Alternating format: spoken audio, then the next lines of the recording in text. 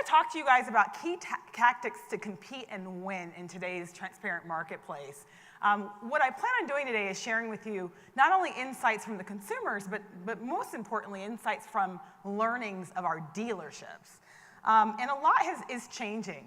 But first and foremost, you're probably wondering why on God's earth is TrueCar talking about anything related to used cars or CPO.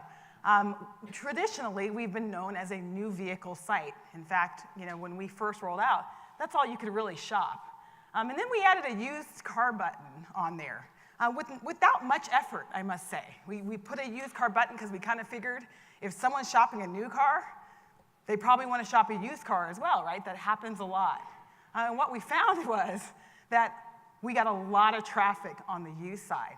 And we're going to begin focusing a lot more, particularly in 2017, on used, and not only used, but CPO. You can see that of our traffic across all of our platforms, we power about 650 different auto buying programs. Close to 40% are shopping a used vehicle. And so as I mentioned, a lot of focus is going to go on there. In fact, we rolled out our very first commercial in the last month, focusing on used car shopping. You can see about 117% growth in terms of used vehicle traffic. So huge growth, like I said, with very little effort on our part, but we definitely see a place not only for TrueCar to compete in terms of the used car market, but for us to bring value back to dealerships. So let's talk about the transparent marketplace. What does that mean? Well, we've seen a real evolution when it comes to automotive marketing.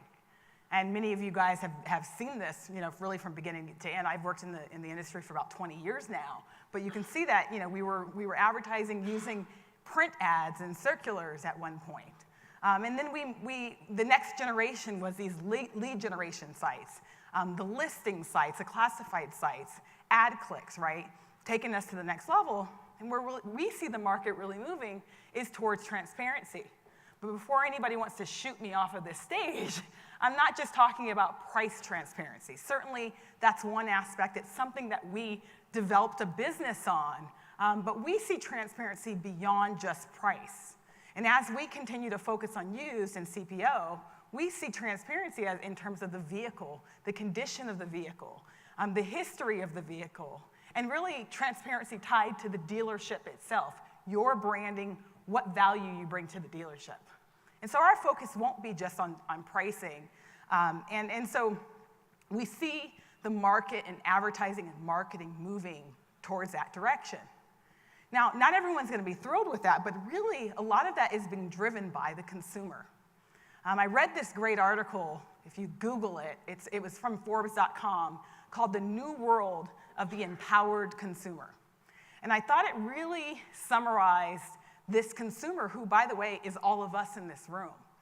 If you think about the new consumer, this empowered consumer, they're mobile, right? We all have our phones. How many of you have ordered on Amazon.com Prime in the last 2 weeks? Raise your hand, right? I ordered something literally to get to the hotel to arrive the next day. So we all have our phones to be able to get any kind of information anywhere we are. The empowered consumer is hands-on. So no longer do they buy a product without wanting to touch, feel it, read about it, talk to other consumers who have used it. They want to test drive that product before they actually purchase it. They're smart, right? Obviously, with the level of information they have, anywhere they have it, in many cases, they're more informed than the retailer or the salesperson that they're working with. They're committed. Now, that's somewhat of a surprise. Thinking about this empowered consumers, you almost think of them as disloyal, like they're not loyal to companies anymore. But the reality is that this empowered consumer, when they find a company that meets their needs in terms of value, they are more committed than ever, right? How many of us drink Starbucks in the room? Anybody? Wow, I'm shocked. Like, I'm almost upset that more people aren't raising their hand. Why? Because I'm a committed shopper when it comes to Starbucks. I am loyal. I bleed Starbucks. And I'm stupid because I spend $5 on a coffee that costs less than $1, right, to make. But I am committed as ever because for me, it's not just the taste of the coffee, it's everything that Starbucks brings. And lastly, they're global. No longer are these customers committed just to their local business. Because the reality is, with the internet, I can buy a product no matter where it is. So as retailers, we are all challenged by this particular consumer, which, by the way, is us as well. We're challenged to meet the needs of this consumer. And obviously, at TrueCar, we've been very focused on trying to meet the needs of the consumer, but yet have to balance helping our dealers also do it in a way that they can be profitable and successful as well. So we've done a lot of research on the consumer and dealers. And what you're seeing here is actually a real focus group. We went nationwide and did focus groups in different cities.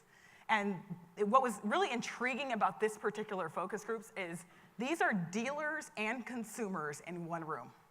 Talk about awkward. And the consumers were talking about their pain points when it came to buying a car. And the dealers were sharing their pain points when it came to selling cars. And ironically, both of them had kind of similar pain points. Both of them were holding on to information from each other. Because from a consumer standpoint, they were worried that if they gave their information, they weren't going to get what they wanted. And from a dealership standpoint, they had been burned by giving the consumer all this information, and yet that consumer went to the dealership down the street. So it was very intriguing. But one of the things that we really uncovered were the pain points from a consumer standpoint and also from a dealer standpoint. So there's a lot of us in this room, but I want you guys to yell out, what do you guys think were some of the top pain points that we heard from consumers? Just yell it out. Top pain points in buying a car. Negotiation, I heard. Too long, so timing. What else? Price. Any others? Okay, you got some of them. So certainly convenience. We talked about timing came up. So they talked about having to repeat certain processes. I had to do this, give the same information over and over again. They certainly talked about waiting. It wasn't so much that they spent 3-4 hours at the dealership. It was the time that they spent waiting. They wanted their time valued. They talked a lot about customization. So they felt they were being pushed into a car. The whole process was about them and not so much me. They were bringing up things I didn't particularly care about. They talked about transparency. And particularly what they talked about was, one person mentioned a mystery algorithm. I couldn't figure out, there was no financial explanation. They didn't tell you what you should know, and they didn't give me a roadmap or a menu to show me all aspects of the deal. And the last topic that came up was validation, and we spent a lot of time talking to them about this. Really, what they wanted was, they wanted proof, particularly when it comes to price, but also even on the vehicle, that they were paying a fair price. So this person said, they didn't show me any information to prove the price was good. Not knowing makes me trust less. What was interesting on the validation front is we also saw validation come up when it came to the actual vehicle, which fits right in when you think about it in terms of the value of CPO. Because a lot of them were questioning, am I getting a good vehicle, particularly when you're buying a used car? So you have these shoppers that have all of this information. They're empowered, but yet they're still questioning, am I buying the right vehicle? Is this vehicle going to meet my needs? On a used car, is the vehicle going to be reliable? Am I choosing the right dealership? And am I paying a fair price? Despite having all this information, they actually have more questions than ever. And so they go online, right? They look at vehicle pictures, maybe the Carfax report on a vehicle. They look up information about the dealership itself, the ratings and reviews, the vehicle inventory. Maybe they look at profiles and ratings on salespeople. They look up pricing information. They might go to TrueCar and look at the price curve or other third-party benchmarks. They might look at finance calculators. So they're arming themselves with all of this information to answer their question and validate their decisions. But one of the disconnects we see is what happens between online and offline. Because once they gather all the information, they walk into the store, the question is that salesperson going to have the product knowledge to continue that conversation, connect the dots between what happened online and offline? Is the vehicle going to have a maintenance history? Am I going to get a condition report? Is it going to be certified pre-owned? Am I going to have that information to feel good about the vehicle I'm choosing? They also have questions about the process. So from a dealership standpoint, yes, I read your reviews on your dealerships. I looked up your salesperson profiles. But is your dealership going to be able to deliver an efficient and streamlined process like I experienced when I was at home, online? And from a price standpoint, I did all my research on pricing information, but is that price going to be the same price when I actually walk into the stores? Are there going to be fees that I'm not aware of? Is there going to be value beyond just price that I'm going to realize when I'm working with your store? So all of these questions are happening, and one of the key things that we see is that disconnect between what's happening online and offline. We studied our top performing dealers, and by top performing dealers, these are the dealers that had the highest close rates. And that's all we looked at. All we cared about is they had higher close rates than the other dealers in their area. We started with just franchise dealers, and then for this actual presentation, I looked at a set of used vehicle dealers as well, and also a set of independent dealers to see if there's any differences. And the reality is, no matter what, whether I looked at franchise dealers selling new cars, franchise dealers selling used or CPO, or independent dealers, we saw really some of the same things. Number one, they closed at a rate that was 2 to 3 times higher than their local competition. So we mystery shopped these dealers. We interviewed their management. We looked at their websites to see what kind of value they were emphasizing online. We went into some of the stores and actually observed their processes. And I want to share with you some of the things that we saw that really differentiated these dealerships, that helped these dealerships really gain success in a transparent marketplace. And there were really 4 differentiators. These dealerships really embrace a high level of transparency, but not high level transparency when it comes to just giving away a price. It really was weaved throughout their process, their pricing strategy, the value that they delivered in terms of why you should buy their vehicles and why you should buy from the dealership. So you see process, pricing strategy, validation, and value.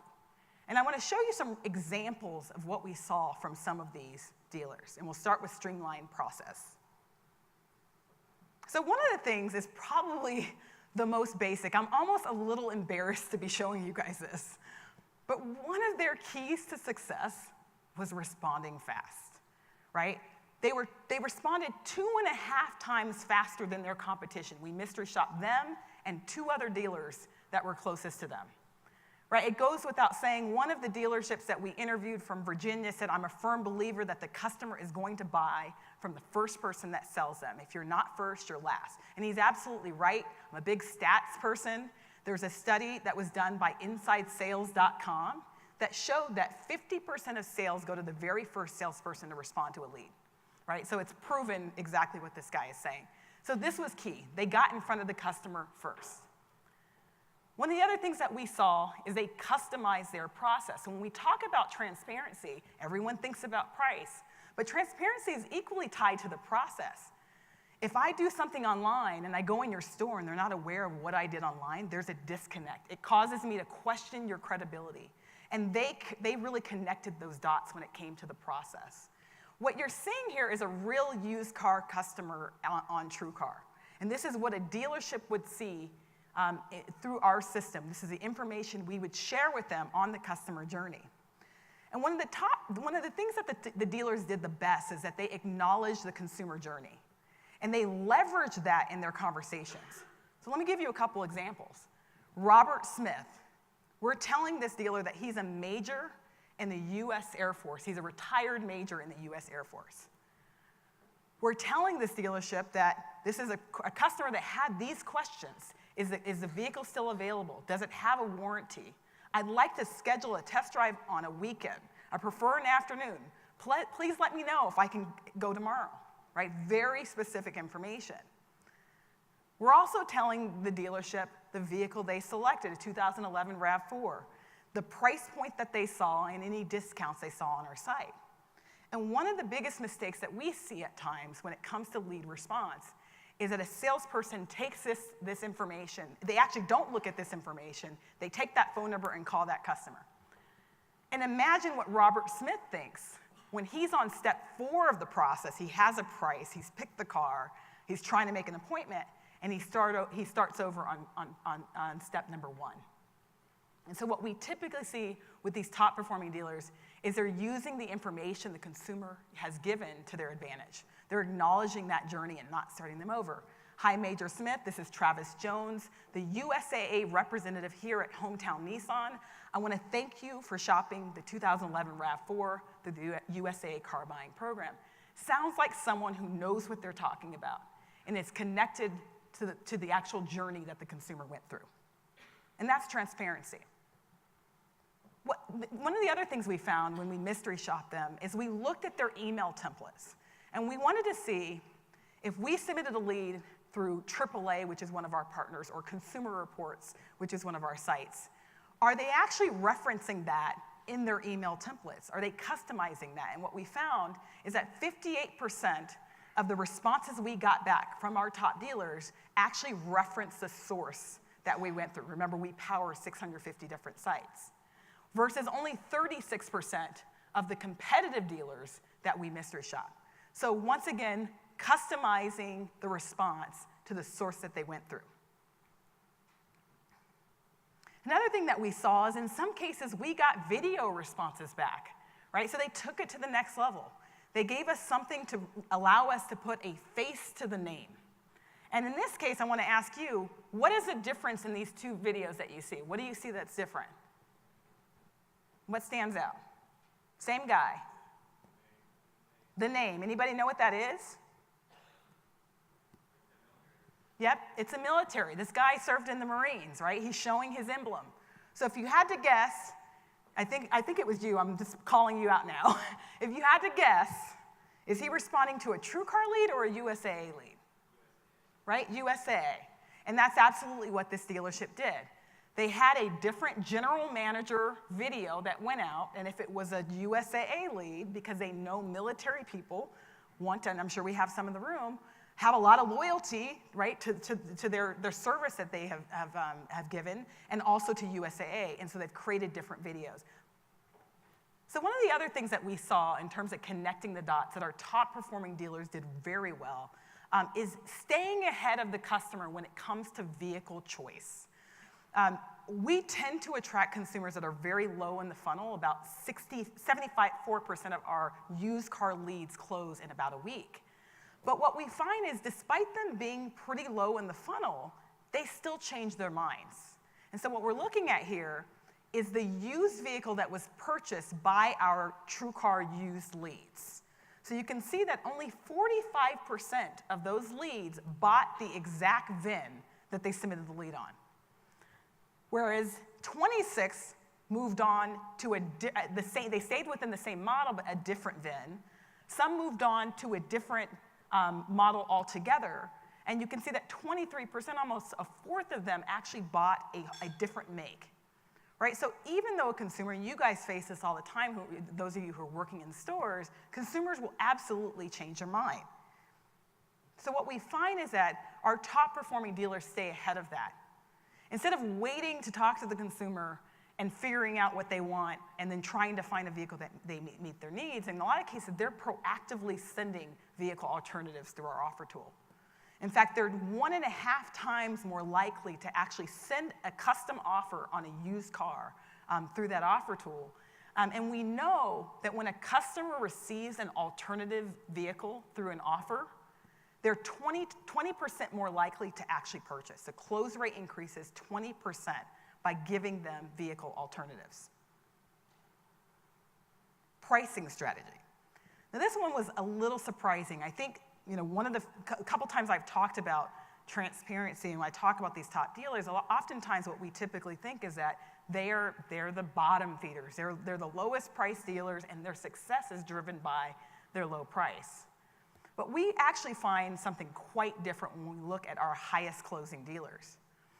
What we find is that they avoid a set it and forget it pricing strategy. And by that is we looked at how often do they log into our pricing tool to evaluate their pricing on TrueCar. They're 1.5 times more likely, or let me rephrase that, they evaluate pricing 1.5 times more often than the average dealer. That means that when we look at the logins, they're in there almost 2 times as much as a typical dealer evaluating their pricing. And when we look at where they're typically priced in line with other dealers. So you can see pretty competitive pricing. So what you're seeing here are ratings on their pricing. When we look at all of the pricing, we bucket it by great price, good price, maybe above average price, which we typically don't show to a consumer. But you'll see that 47% of the top dealers had pricing in that great category, and it's about 46% for the typical dealer. So in line with the average dealer, competitive but in line. Validation is also something that really stood out about these dealers. Now back to what we talked about, when you look at a used car listing on our site, you'll see that TrueCar rating, right? Great or good. And what we typically find is from a consumer standpoint, our consumers are much more likely to interact with a vehicle listing when it has a TrueCar rating. That's just a proxy for third-party validation. You can see that the lead conversion rate is the same whether it has a great rating or whether it has a good rating. Where that lead conversion rate drops is when we have a used car that has no rating, right? Maybe we don't have enough information either from the dealership or on our end to give the car a rating. And what we find is no matter what the rating is, it's lower if it's not on there. What that says is that consumers are looking for third-party validation, even if the third-party validation tells me that the price is good and not maybe necessarily the best price. This is just an example of a dealer in Maryland when we interviewed him that just says he provides what he calls live market pricing. He shows customers the prices in the area to build value in the pricing. So he's doing his own version of validating the price. Remember one of the consumer pain points that we saw earlier. Validation extends beyond just price, though. And as I mentioned, transparency ties to really information on the vehicle itself. This is actually an example of one of the independent dealers that we saw that was one of our top performing dealers. And one of the things he said when we interviewed him was that credibility is one thing that separates my dealer from others. The condition report goes deeper into creating a credible experience for me as an independent dealer. So he's using these scorecards on each of his vehicles because as an independent dealer, he's somewhat more challenged relative to, he doesn't carry the franchise flag. And so to gain credibility, he creates a scorecard for each of his vehicles, and sometimes he's pretty honest. Maybe the cosmetic condition's not as good, but it's a way of him building validation. Really ties well when you think about CPO, right? Giving the consumer the validation that they're buying a vehicle that meets their standards. Another thing we found that was just kind of interesting is that our top performing dealers, when we look at even just the Carfax, 80% of them had a Carfax on their listings versus 67% on average. So most dealers have it, but just goes back to, once again, validation of not only the price, but the vehicle was one of the things that really helped them stand out. And the last thing I want to end with is value. There was a study I always reference in a book called Absolute Value.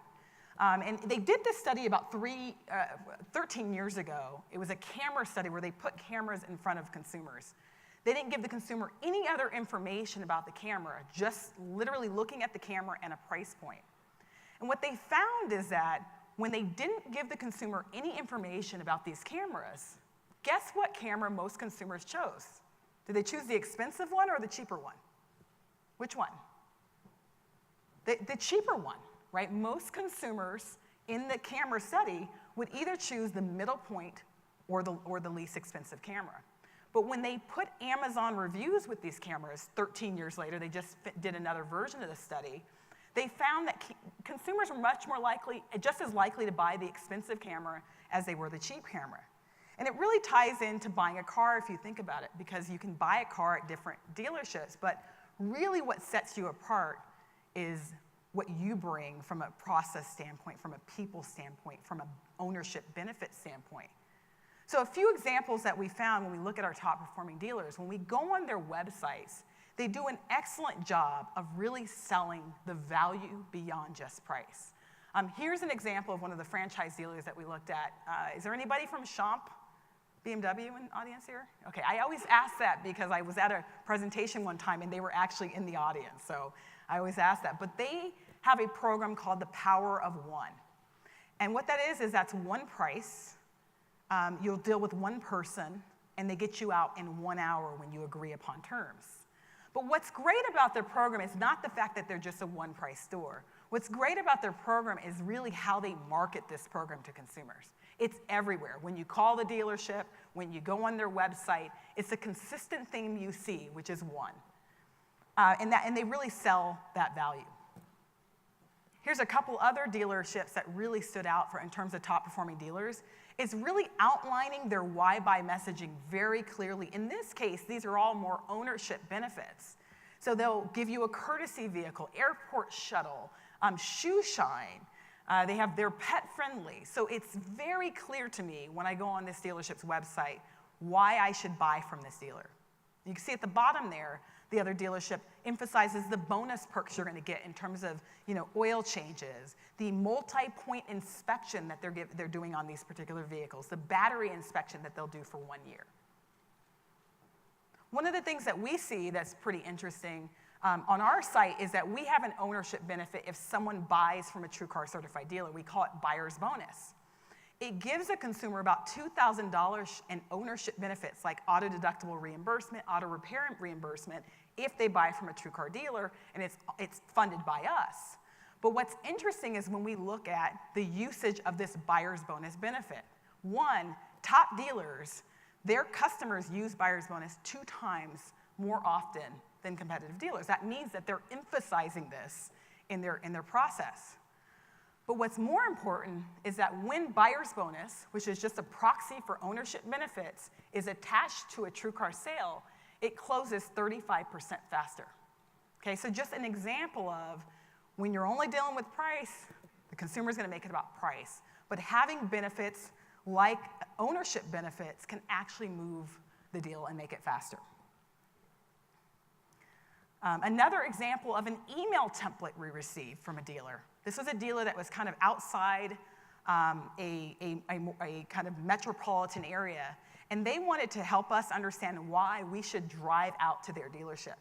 You can see very clear value, right? Not that like, hey, we just have great customer service. They wanted us to know that their tax rate is lower, that they don't have advertising fees like the next county over.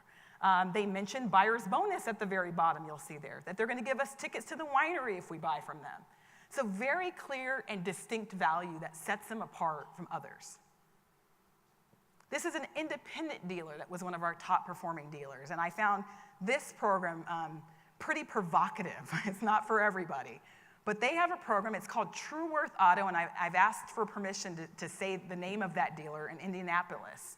And what he does is that he has a program where he will give 50% of the profit on a trade-in back to the customer. So if the customer sells their trade-in to him, he will agree that if he sells it, 50% of the profit will go back to the customer. You're asking, well, how does he do that? Well, in order to be a part of this program, the consumer actually has to pay about $800 for reconditioning and marketing of their vehicle. So they're paying him, in essence, to pay for their vehicle. And then they're going to just take the risk in terms of, if he sells it at a profit, they might actually get a piece. What you're seeing, if you don't think this is real, is all of those consumers at the bottom there, that's a picture of them and their checks, right? So they're bragging about, the money that they got back as part of their trade-in. And what he will tell you is that he doesn't fight as often with consumers about the value of their trade, because they know on the back end that they actually have a piece in the game. They can actually get a piece of the profit. And it's a fairly profitable program for him. Wow, so I've gone through a lot, and if you have any questions, I'd be happy to answer them. My email is kwise@TrueCarcom. And I have this study, we actually have published it, the top performing dealer study. We call it the 10 habits of our highly successful dealers. I'd be glad to share that with you. Appreciate your time, and I appreciate Used Car Week for having me. Thank you guys so much. Kerri, thank you. A round of applause for Kerri Wise from TrueCar. Kerri, fantastic information and very well presented as well.